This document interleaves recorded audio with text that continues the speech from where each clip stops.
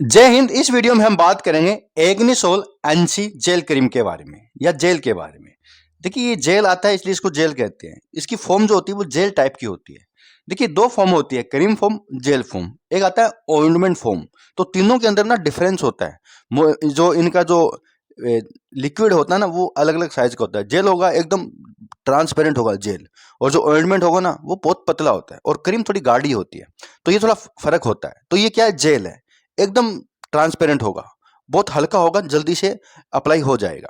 तो जेल जो होता है ये अच्छा ही मान जाता है। अगर बड़ा एरिया होता है ना तो वहां पर क्रीम अच्छी रहती है, क्योंकि अच्छे से फैल जाती है, लगी रहती है।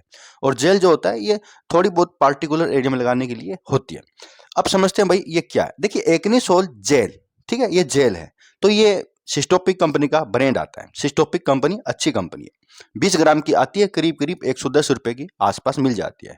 डर्मेटोलॉजिस्ट डॉक्टर प्रिस्क्राइब करते हैं तो सेल्फ यूज नहीं की जाती। नजदीकी दवाई दुकान पर आपको आसानी से मिल जाएगी, लेकिन ये तभी यूज करना है जब डॉक्टर ने ही प्रिस्क्राइब किया हो। तो सेल्फ यूज नहीं करना है, क्योंकि ये एलोपैथिक मेडिसिन होती है, ये नुकसान भी कर सकती है। वीडियो का मकसद सिर्फ इन्फॉर्मेशन के लिए है। इन्फॉर्मेशन के तौर पर आप देख सकते हैं। जैसे कुछ लोग दवाई की दुकान पर काम करते हैं, उनको नॉलेज नहीं है, लेकिन वो चाहते हैं तो वो इसके जरिए सीख सकते हैं। और आप भी जान सकते हैं, अगर आपके डॉक्टर ने दिया तो आपको क्यों दिया है। इसके अंदर जो क्लिंडामाइसिन आता है ये क्या होता है, निकोटिनामाइड क्या होता है। मेडिकल स्टूडेंट जो होते हैं, बच्चे होते हैं, तो वो जानना चाहते हैं, तो इसलिए वीडियो बना देते हैं। देखिए भैया, एक्निसोल जेल चेहरे पे लगाने की आती है, ठीक है, चेहरे पे लगाई ही जाती है, और कहीं लगाने की नहीं आती, चेहरे पे लगाई जाती है। ये कई बार क्या होता है कि चेहरे के ऊपर बैक्टीरियल इन्फेक्शन हो जाता है। अब बैक्टीरियल इन्फेक्शन के कारण ना चेहरे के ऊपर कील मुहासे आने लगते हैं। तो उन कील मुहासों के ऊपर ये लगती है। क्लिंडामाइसिन जो इसके अंदर आता है, क्लिंडामाइसिन ये एंटीबायोटिक होता है।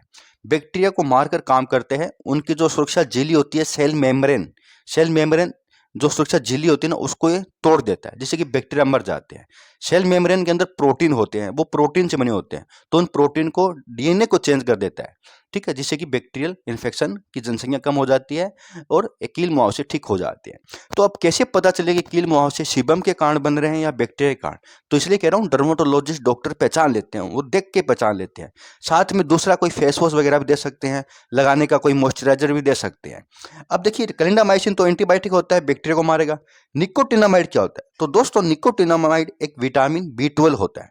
इसके अंदर ना एंटी इन्फ्लामेटरी प्रॉपर्टी होती है। ये सूजन को कम करता है, कील मुहासों के ऊपर सूजन आता है ना उसको कम करता है। इनके अलावा दाग धब्बों को भी कम करता है। कील मुहासों के बाद दाग धब्बे रह जाते हैं काले रंग के, उसको भी कम करता है। इनके अलावा ईचिंग को भी कम कराता है। अगर ईचिंग चलेंगे ना तो बड़ी इरिटेशन होती है।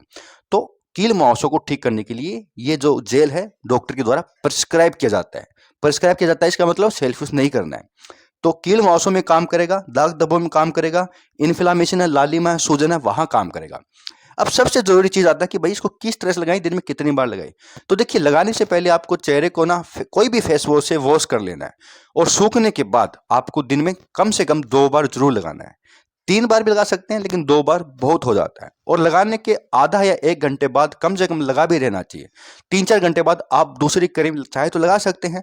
इसके मिक्स भी डॉक्टर कई बार दे देते हैं, एंटीबायोटिक और भी दे सकते हैं इसके साथ मिक्स करने के लिए। लेकिन कुछ एस्टेरॉइड क्रीम आती है जैसे कि मोमेटासोन वगैरह, वो भी दे सकते हैं। अगर ज़्यादा लालिमा है, ज़्यादा इचिंग चलती है, सूजन ज़्यादा है, तो वो कम कर देता है मोमेटासोन, साथ में लगाने के लिए दे सकते हैं। लेकिन ये सब डॉक्टर ही तय करते हैं क्या लगाना क्या नहीं लगाना।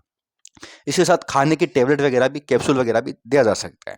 तो दिन में 2 बार कम से कम लगानी है, 3-4 घंटे तक लगी रहनी चाहिए। पूरे चेहरे पे दिक्कत तो पूरे चेहरे पे लगा लीजिएगा। हालांकि बहुत कम चांस में पूरे चेहरे पे दिक्कत होती है, वहां पर फिर क्रीम प्रिस्क्राइब की जाती है। अगर थोड़ा बहुत एरिया है, छोटे मोटे दाग धब्बे हैं, उसके ऊपर लगानी है तो ये जेल आता है, आसानी से लग जाता है। हल्के हाथों से लगाना है, रगड़ना नहीं है। तो चेहरे को वॉश करके ड्राई करने के बाद लगाइएगा। और मिट्टी वगैरह नहीं लगनी चाहिए, इसलिए फेस वॉश करना जरूरी होता है, इन्फेक्शन हो सकता है बाद में। तो धूप में भी कम निकलिएगा, और अगर निकलना ही पड़े तो इसका यूज वापस घर पर आके जरूर कीजिएगा। धूप में निकलने से पहले मॉइस्चराइजर वगैरह लगा लीजिएगा अगर डॉक्टर ने दिया तो। साइड इफेक्ट की बात करें तो कई बार ये सूट नहीं करती, तो जलन करती है और ड्राई हो जाती है स्किन। इनके अलावा ईचिंग बहुत चलती है, लालिमा आ जाती है। अगर ऐसा हो रहा है तो इसका यूज नहीं करना है। आपको कोई दिक्कत नहीं हो रही है तो आप इसका यूज कर सकते हैं। इसका जो रिजल्ट है वो 1-2 में कम से कम 1 महीना लगा देता है आने में। हालांकि 10-15 दिन में दिखने लग जाते हैं, लेकिन कंप्लीट जो ट्रीटमेंट होता है वो 1 से 2 महीने का हो जाता है।